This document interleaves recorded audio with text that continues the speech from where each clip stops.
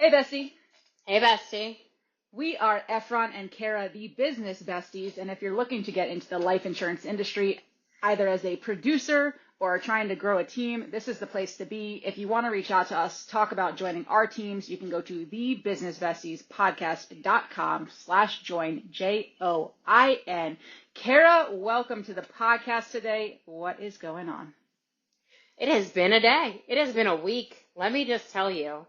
I don't know about anybody else out there that has kids that are like sick this time of year, but they coming home like little petri dishes with a million different things. So I'm about over it. So I was like, when everyone's like, you want to record your podcast? I was like, yes, please. I need the break. Get me out of there. Right? So excited to be here. So, I was, have you ever gotten like a new appliance at your house and like a new gadget or something like that? Mm-hmm. I figured out there's like two people in the world, okay? And my husband and I are two completely opposite people. There's the people that read the directions and it works for them perfectly. And then there's the people like me who are like, I'm going to figure it out on my own. And I'm going to do it however way. And then I'm going to get frustrated when it doesn't work right. And that was us tonight. And I realized something. There's two different people when it comes to this industry. There's the people that are like, tell me exactly what to do, and they do it, and they're successful. And there's the hard-headed people like me who are like, I see how you're doing it, but I'm going to kind of tweak it to make it my way, who struggle to like get their foot off the ground, and then they struggle to get the results they want. And all this time, if they had just read the directions, they wouldn't have gotten so frustrated. They wouldn't have been like ready to throw the damn thing across the room, and they would be getting the results they want just by following the damn directions that came in the box. I'm laughing because can you guess which one Sable is and which one I am? I'm guessing that Sable is the direction follower and that you're just like me. However, when it came to the life insurance industry, I went to you and Pete and said, just tell me what to do. After I tried to figure it out by myself. All I wanted was a soft-boiled egg. I do not know why. My eggs came out that they were like nasty and they were overcooked, and his were like perfect. And I'm like, what did you do differently? He goes, I don't know. I just read the directions. I didn't do that. I just filled the cup up, put the whole thing. Yeah. Yep, I have 5 extra parts left. That's something, I didn't need them. Those were optional options.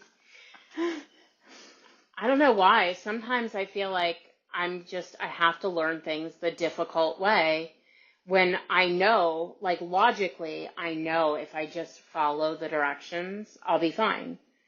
And this is part of what stunted my growth when getting into the life insurance industry is, I came from the place where it was just kind of a sink or swim mentality.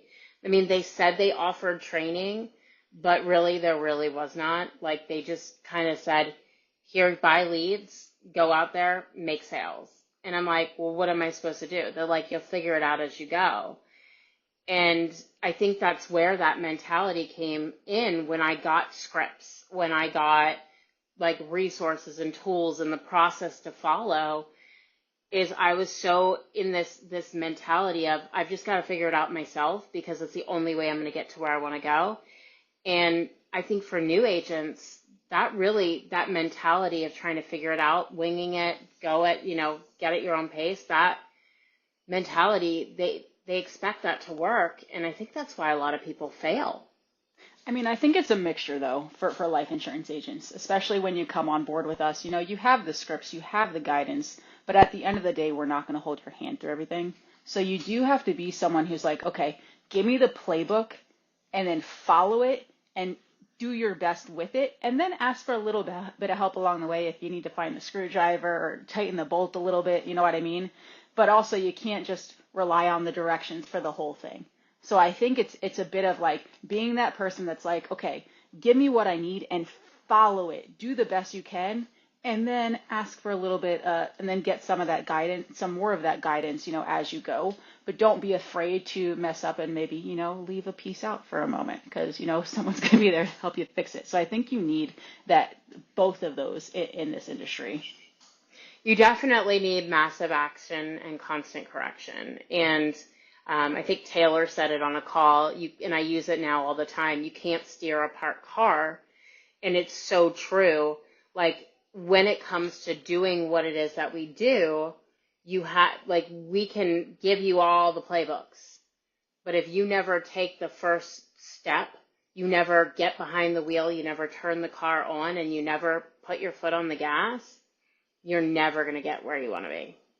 And I think a lot of that comes from expectations that people might have for the industry and then reality. So what's one of the expectations that you see people come into the industry with, and then when they get into it, it's like, oh man, that's not what I thought. Okay, so one that pisses me off, and this is from lots of multi-level marketing companies out there. They do this. Hey, Efron, you want to make an extra $500 a month? Like, you could get your license and start selling, and it could save your family, and it could save your home. I'm like, but, how often do I need to do it? Oh, you just, if you could do one day a month, you'll be fine. I'm like, that's bullshit. I mean, excuse my language, but it is, because you're setting people up. They're going to spend money to get their licenses. They're going to get all their friends and family hyped up and ready to go. And all those companies are really looking for is the Rolodex that you come with. Because you know how you're going to make that extra $500 a month? You're going to sell Uncle Joe. Then you're going to sell Aunt Mary. Then you're going to talk to your kid's teacher. Then and here's the thing, you're going to sell them, and then you're going to recruit them too. And it's sickening, because it's not realistic. If you put in part-time effort, you're going to get part-time results. And when you set somebody's expectation, you could just do this and make extra income, you're setting them up for failure, disappointment. And I see more people spending money in the industry that way and not making money. So basically, they're paying for you to give them, they're paying you for you giving them your Rolodex. That makes no sense to me. But that's what these companies do, and I just think it drives me nuts. It pisses me off, because it's not fair to people to trick them, and I feel like it is a little scamming. And I get very passionate about this because I see it all the time. I probably talk to 10 people who experience this a week, and people are still doing this in 2025. Yeah, I think one of the expectations that I hear from people, or one of the things that are put out there, is, hey, if you come on board with us, we're going to give you free leads, as many free leads as you want. We have free leads. You don't pay for your leads here. What are your thoughts on that? Does it work? Yeah, free leads. I mean, the company. So let me just tell you a story. The company that I started with in mortgage protection, life insurance sales, they said, actually, it was even the first, this has happened to me at 2 companies. Oh my God, I just realized that. Okay, the first company I worked with was a captive insurance company. If you don't know what captive means, it means you could only sell one carrier, one product, basically. We had 4 different products, but everybody had to fit into those products. And if they didn't, too bad, too sad, we couldn't work with them. They told me when I first got my license, we're going to give you free leads. They called it a Griffin list, okay, because it was scrubbed against the do not call list. It was a friggin' call list. These people had never expressed interest. These people had no idea. And the ones that didn't answer the phone, you went and knocked on their door. I'm like, I live in Florida. It's either raining or humid, like hair frizzy humid, or people going to answer the door with a shotgun behind it. That is just how it rolls out here. But that was what my free leads were in that company. And then I went to my first mortgage protection company, and they told me they had free leads. They called them TLP leads, and it called telephone lead program. And here's what they were. They were basically a telemarketing list. It was the same list as the company before. But they gave it a fancy new name, and they didn't send it over on a spreadsheet. they like, you had to print each all of them off, and I'd be like, okay, how many can get? Here's 500 of them. And I'm like, oh my gosh. And then I realized this is just a cold call list, but with more paper. So you're telling me that you would take the company with a great lead system and 70% commission versus free leads and 140% commission. That's what people do. I'm like, Like, 0% of 100, 0% of 140 is zero. would you rather get in front of people that are already expressed interest, already called into our company, spoke to somebody in our company and said, hey, I'm interested? Or would you rather go generate those leads yourselves? Like, do you want to spend 80% of your time prospecting and 20% of your time making money? Or do you want to spend 20% of your time prospecting and 80% of the time making money? For me, it was a no-brainer. I'm going to make money. All right, what else you got? What else do you hear agents come in and say? Or what else have you heard in the industry? Oh my gosh, I've heard so much stuff, so crazy stuff. I have one girl, she was telling me that she got her license, okay? She started working for a company, and she was telling me that she set the appointments, her manager and her went to the clients' homes, and then her manager would make the sale, and then she got paid like $100 for each time they made a Yes, sale. I've heard this so many times from people And that talk to me. that she had to do this for 90 days before she could graduate to be able to do it on her own. And I'm like, baby girl, you getting scammed. That lady's making money off of you setting appointments and you using your gas to drive her to those appointments and wasting your time and all that. And I said, why the hell are you driving to people's houses in 2025 when people can just do this over the phone? I said, how many clients do you meet with on a daily basis? One, she was working from 6 p.m. to 9 p.m. All right, so crazy hours. And she was doing about 6 appointments a day. I said, imagine you could do this from the comfort of your own home, run appointments from like 1 p.m. to 6 p.m., so 5 hours. But in that 5-hour period, run 12 appointments. And you got to keep all of your commissions. How does that sound to you? And she was like, where do I sign? Because this is a common practice with companies. Yep, there's another one that's similar. It's like, okay, when you come on board, you can't sell anything yet. What you have to do is you have to write 3 policies from people you know and bring in 3 people who are licensed. So, or they have to go and get licensed. Once you do that, you sell your 3 policies to your family and friends because you don't get leads, and you bring on 3 people. Then you can have access, or then you can start selling. Again, they're just and mind you, they didn't write the policies on these 3 people that they brought in. It was their upline. So it's just, you just find people and then you're just given the upline, business after business. Meanwhile, you're just out here kicking rocks. But think about this. I mean, it's kind of a genius business model, right? It So is. I hire 10 people, all right? Then they give me their lists of their friends and family. I write their friends and family. I make the profit. You quit. And I get to keep the money. Man, we're in the wrong business. But can you imagine how many chargebacks happen from that? I don't know if I could sleep at night doing that. Like No, it's just absolutely not. shady. It's just shady. Hmm. And I look, one thing I will say, you know me, I'm very direct. I'm very to the point. I will tell somebody straight up, that's some shady shit and don't do that. No, I don't care if you work with us. I don't care if you work with anybody. Hmm. But if somebody trying to tell you to do that, And run. if your upline is taking your money, I don't even care if they're coaching and training you. If they are taking your money and writing your business, run. Oh my God. Well, that brings up another one. So, there's a lot of different agencies out there, but one thing I know we don't do, we're not going to come between you and your money. You write a policy, you're getting paid direct from the carrier because it's a slowdown. I've talked to people this week alone. So they'll be like, well, what's the turnaround on commissions? And I was like, well, that's a really good question. So typically about 1 to 3 business days from the time the policy is approved.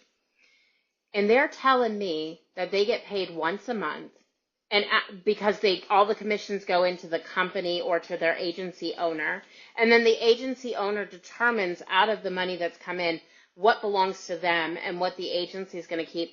But here's one. They're paying a desk fee to just be a member of this company. Then they're paying for their CRM on top of everything else. And I said, I thought you said you worked remotely. Yeah, I do. Then why are you paying a desk fee? Why are you paying for a CRM? Isn't it their responsibility to provide you a way to track and manage your leads as your parent company? So you're telling me you're okay with a 40% commission, and I'm not kidding. These people are at 40% commission, 60% commission, and they're paying fees to be a part of a company. Tell me that, like, why? If you're paying for anything outside of leads and your errors and emissions insurance, there's nothing else you should be paying for. Go find someplace else that doesn't charge you for this shit, because they're just taking your money at this point. Oh, it's insane. It's insane. Then, the other one that I love, well, I can go to this company and get 120, 140 street level comp. And I'm like, great, that's awesome. You should go there. And they want me to sell them on my net. And I'm like, call me when you've had enough of that. And I'm like, okay, what is it that you're actually seeking in the life insurance business? And a lot of times they're like, I want training, I want structure, I want mentorship, I want the ability to make as much income as I want to make. And I'm like, okay, so you're going to go somewhere that's going to promise you these high comp levels, and then they're not going to give you the training they promise you. They're going to tell you the moon, the world, the sun, the stars shine, everything. And then you're going to get there. It's not going to be exactly what you think it is. And then here's the issue. You're now stuck there, because for you to get out of those carrier contracts, you have to pay them money to get out of it. Have you heard that one? No, that is important to me. Oh, and then you can't go other places because they are going to put a hold on you. And they're going to say, you know what? You don't want to work with us? That's cool. You go your way. But, oh, by the way, we're not going to give you a release, and you can't go work with someone else. And then basically you're stuck between a rock and a hard place. You can either give up selling insurance altogether, or you have to find some obscure carriers to work with until you can get the releases on those companies. And it's just, I don't think it's fair, because they don't disclose that to people from the beginning. They don't tell people, oh, by the way, if you join us, they told me the same thing. If you want to go, we're not going to hold you hostage. It's your license. You can go do whatever you want to go do. Right? Very simple. But what they don't tell you is all the carriers that you contracted with through us, we're not going to hold you hostage, but we're going to let them hold you hostage on our behalf. 6 long months. Ugh, drives me crazy. Yeah. But I mean, any last thoughts for people, I guess, that are in the industry, maybe stuck in one of these scenarios that we talked about, or for people looking to get into the industry and giving them tips on how to make sure that they're not putting themselves into any of these situations?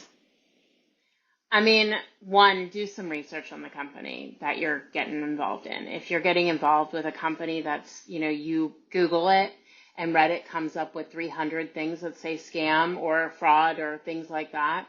I'm not going to say our company's perfect. We're going to have the same stuff. We're going to piss off some Karens. It's cool. But, you see a lot more good reviews than you do bad reviews for us. So I can say, hey, I know what we're doing is right, and we're doing the right thing. We're not for everybody. But do some research. Don't just, because your friend came to you and they're excited, don't just go, oh, you know what, I'm going to go do this. The other thing is, don't think you're going to get rich quick. This is hard work. What we do is hard, but it's worth it. Think about this. If you're currently making $800,000, maybe $1,500 a week, and you can go out and work the same number of hours you're currently working for someone else, but do it for yourself and make 3 times the income, why the heck would you work for somebody else? Why would you keep a job that you're making $15, $20 an hour and then do this part-time where you can make $500 an hour? That's the definition of insanity to me. That's just, it's crazy, but people do it all the time. 100%. So if you are looking for an opportunity without all the red flags that we just talked about, and you want to reach out to Kara or myself, you can either reach out via our emails, which are down below, or go to thebusinessbestiespodcast.com/join, JOIN. Thank you guys for joining us, and we will see you next week. See you, bestie. Bye, bestie.